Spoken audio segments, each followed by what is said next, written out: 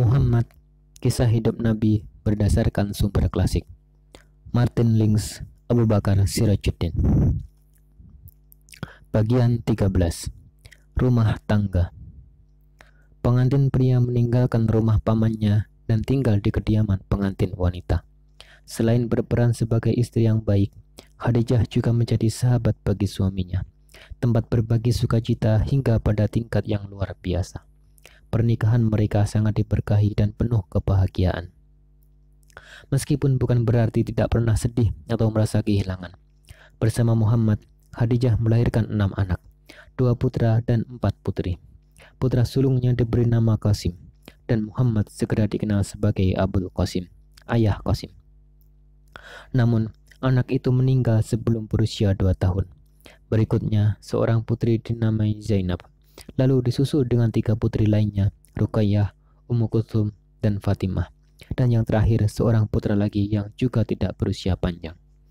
Pada hari pernikahannya, Muhammad memerdekakan Barakah, budak setia yang ia warisi dari ayahnya.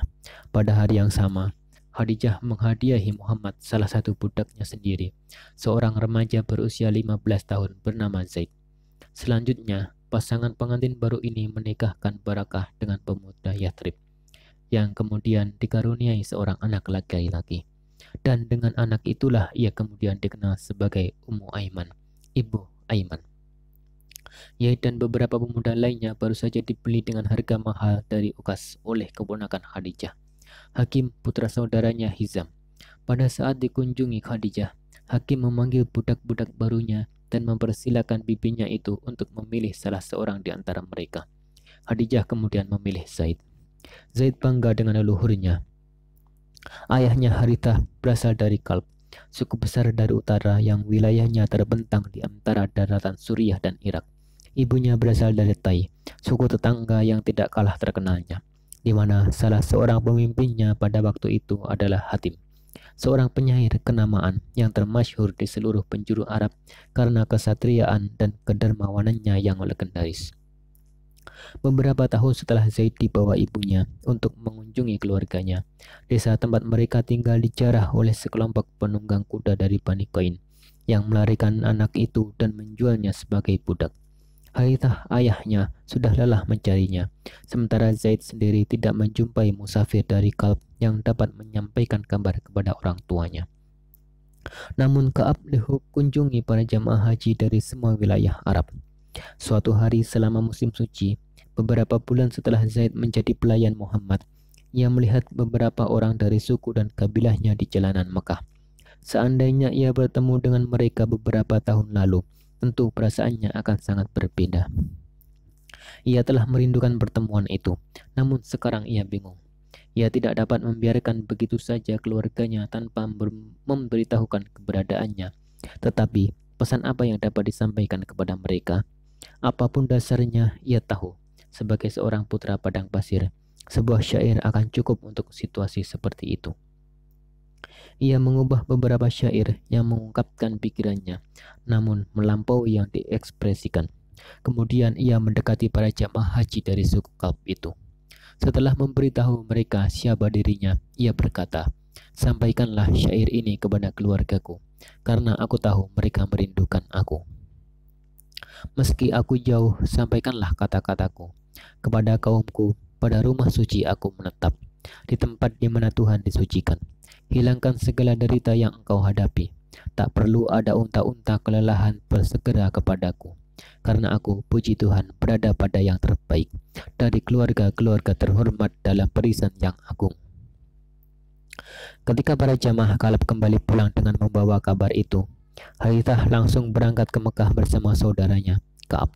Mereka pergi menemui Muhammad dan memintanya agar diperbolehkan menebus Zaid dengan harga berapapun yang ia minta. "Biarkanlah ia memilih," kata Muhammad, "dan jika ia memilihmu, ia akan menjadi milikmu tanpa tebusan. Tapi jika ia memilihku, aku tidak akan menolak siapa saja yang memilihku." Kemudian beliau memanggil Zaid dan bertanya apakah ia mengenal kedua orang itu. "Ini ayahku," katanya, "dan ini pamanku." "Engkau sangat mengenalku," kata Muhammad, "dan engkau telah menyaksikan perlakuanku kepadamu. Maka kamu pilihlah antara aku dan mereka." Zaid menetapkan pilihan dan seketika itu ia berkata, "Aku tidak akan memilih siapapun selain engkau. Bagiku, engkau laksana ayah dan ibu." "Keterlaluan engkau, Zaid," seru kedua orang Kalb itu. "Apakah engkau lebih memilih perbudakan daripada kebebasan? Apakah engkau lebih memilih dia daripada ayahmu, pamanmu, dan keluargamu?" "Begitulah," kata Zaid, "karena aku telah menyaksikan dari dia sesuatu yang membuatku tidak dapat memilih siapapun selainnya." Muhammad memotong percakapan lebih lanjut. Ia mengajak mereka pergi bersamanya ke Ka'bah. Sambil berdiri di Hijr, dengan lantang ia berkata, "Wahai semua yang hadir, saksikanlah bahwa Zaid adalah anakku. Aku ahli warisnya dan ia ahli warisku." Akhirnya, ayah dan paman Zaid kembali dengan tangan hampa. Namun, kisah yang harus mereka ceritakan kepada suku mereka tentang hubungan cinta yang mendalam dalam adopsi ini bukan sesuatu yang memalukan. Ketika menyaksikan Zaid bebas, dimuliakan, dan dijanjikan mendapat kedudukan tinggi di tengah penduduk Tanah Suci, mereka berharap kelak Zaid akan memberikan keuntungan bagi saudara-saudara dan kaumnya. Karena itu, mereka menerima hal itu dan pergi tanpa rasa kesal. Sejak hari itu, pendatang baru bagi Bani Hashim di Mekah itu dikenal sebagai Zaid ibnu Muhammad. Di antara tamu-tamu yang sering mengunjungi rumah Muhammad adalah Safiyah, yang kini menjadi saudara ipar Khadijah, bibi Muhammad yang termuda. Bahkan lebih muda dari beliau. Safiyah selalu datang bersama putra kecilnya, yang ia namai dengan nama kakaknya sendiri, Zubair. Zubair kenal baik dengan sepupu-sepupunya, putri-putri Muhammad. Sejak ia kanak-kanak, Safiyah juga selalu datang dengan pelayannya yang setia, Salma, yang telah membantu Khadijah saat melahirkan semua anak-anaknya dan menganggap dirinya sebagai anggota keluarga itu. Selang beberapa tahun kemudian, beberapa kali Halimah, ibu angkat Muhammad, berkunjung dan Khadijah senantiasa bersikap ramah kepadanya. Salah satu kunjungannya adalah saat penyakit dan penceklik melanda ternak-ternaknya. Khadijah memberinya hadiah 40 ekor domba dan seekor unta. Musim paceklik yang sama yang menyebabkan terjadinya kelaparan di Hijaz menjadi penyebab bertambahnya anggota keluarga Muhammad dan Khadijah. Abu Thalib memiliki anak lebih banyak dari yang sanggup ia nafkahi dengan mudah. Mereka seringkali ditimpa kelaparan. Muhammad memperhatikan hal itu dan merasa harus melakukan sesuatu. Pamannya yang terkaya adalah Abu Lahab, namun ia jauh dari keluarga lainnya. Antara lain karena ia tidak memiliki saudara kandung di antara mereka. Ia anak tunggal dari ibunya. Muhammad memilih meminta pertolongan kepada Abbas yang dapat memberinya dengan baik. Abbas seorang pedagang yang sukses dan lebih dekat dengannya karena mereka dibesarkan bersama. Yang sedekat dia atau bahkan lebih dekat adalah istri Abbas, Ummul Fadl. Ia sangat mencintai Muhammad dan senantiasa menyambutnya di rumah. Oleh karena itu, Muhammad kini pergi menemui mereka dan menyarankan agar masing-masing dari kedua keluarga mereka itu mengasuh salah seorang anak Abu Thalib sampai keadaannya membaik. Mereka setuju dan kemudian pergi menemui Abu Thalib. Ketika mendengar usulan mereka, Abu Thalib berkata, "Lakukanlah apa yang kalian inginkan, namun biarkanlah Aqil dan Thalib bersamaku."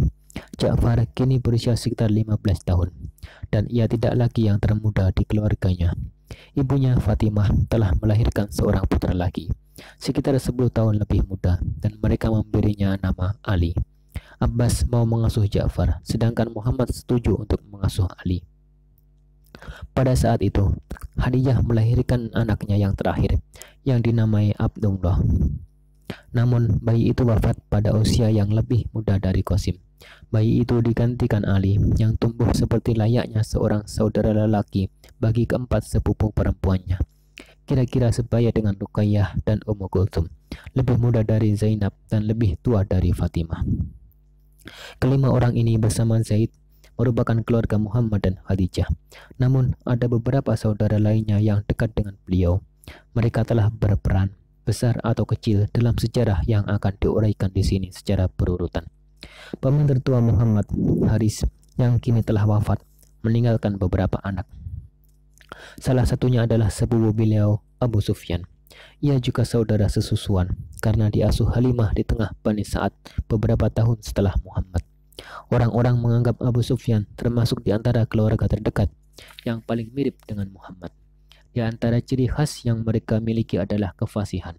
Namun, Abu Sufyan seorang penyair berbakat, mungkin lebih berbakat dibandingkan pamannya Zubair dan Abu Talib. Sedangkan Muhammad tidak pernah menggubah syair. Beliau tidak unggul dalam kemahiran berbahasa Arab dan keahlian bertutur. Muhammad menganggap Abu Sufyan yang kurang lebih sebaya dengannya sebagai teman dan sahabat.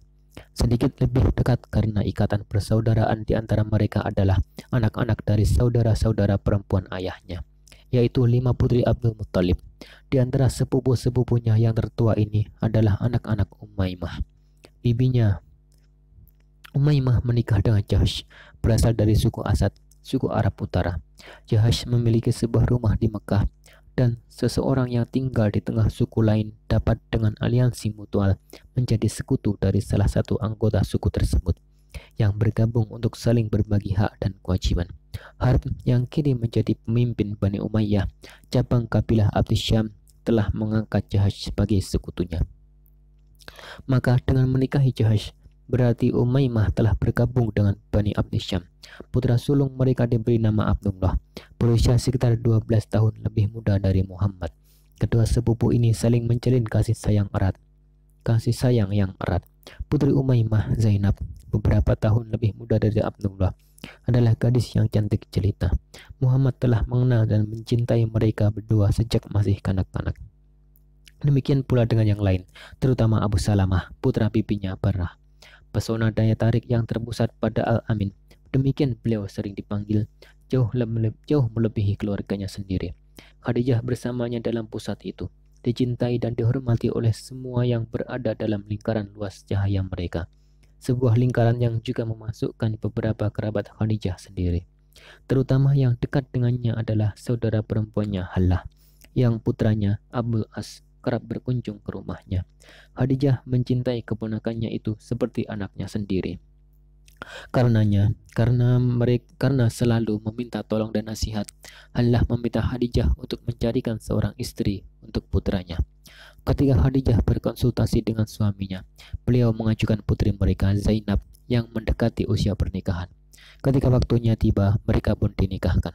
Harapan Bani Hashim dan Bani Muttalib, kedua kabilah ini secara politis dianggap satu, terletak pada pundak Muhammad untuk memulihkan kembali pengaruh mereka.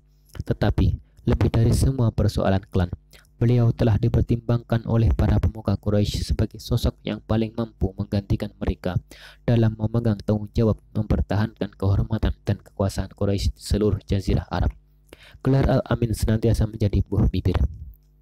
Barangkali karena hal itulah maka Abu Lahab mendatangi keponakannya itu untuk melamar Ruqayyah dan Ummu Kulthum untuk ditunangkan dengan kedua putranya, Utbah dan Utaibah. Muhammad menyetujuinya karena beliau menganggap kedua sepupunya itu baik. Pertunangan pun dilakukan. Pada saat itu, Ummu Aiman sekali lagi menjadi anggota keluarga.